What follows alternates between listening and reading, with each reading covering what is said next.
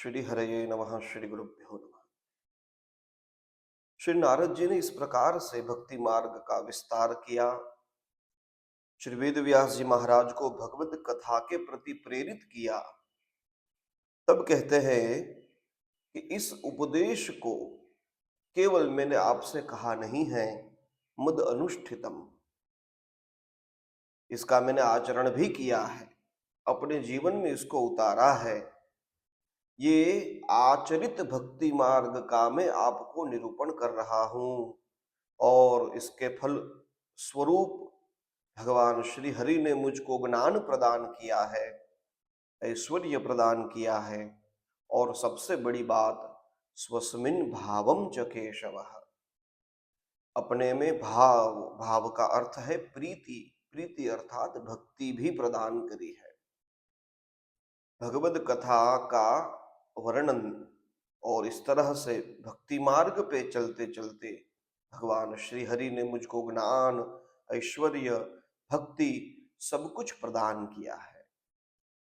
और इसीलिए हे अदभ्र श्रुत, मतलब जिसका ज्ञान बड़ा विशाल है, अदभ्रम अनल्पम श्रुतम ज्ञानम यस्य, जिसका विस्तृत ज्ञान है, ऐसे है वेद व्यास जी महाराज, आप भी विभोहो विश्रुतम, जो विभु है, जो सर्वसमर्थ है, ऐसे भगवान श्री हरि की विश्रुतम, उनकी दिव्य लीलाओं का आप भी निरूपण करें।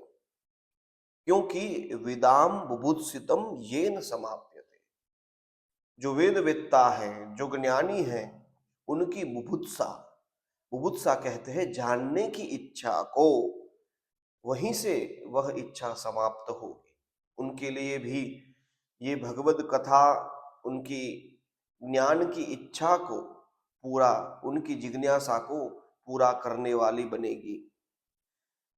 दुखे ही मुहुः अर्दितात्मनाम, और जो संसार में फंसे हुए दुखी हो रहे ऐसे जो कोई भी जीव है, यत क्लेश निर्वाण मुशंति, तो वे अपने क्लेशों से मुक्त हो जाएंगे। अर्थात जो ज्ञानी हैं उनकी ज्ञानेच्छा इसी भगवद कथा से पूरी होगी, और जो संसार में फंसे हुए दुखी हो रहे हैं ऐसे जीवों को क्लेशों से शांति भी केवल भगवद कथा से ही मिलेगी। इसलिए हे वेद व्यास जी महाराज, आप भगवद लीला का वर्णन करें। जय श्री कृष्ण।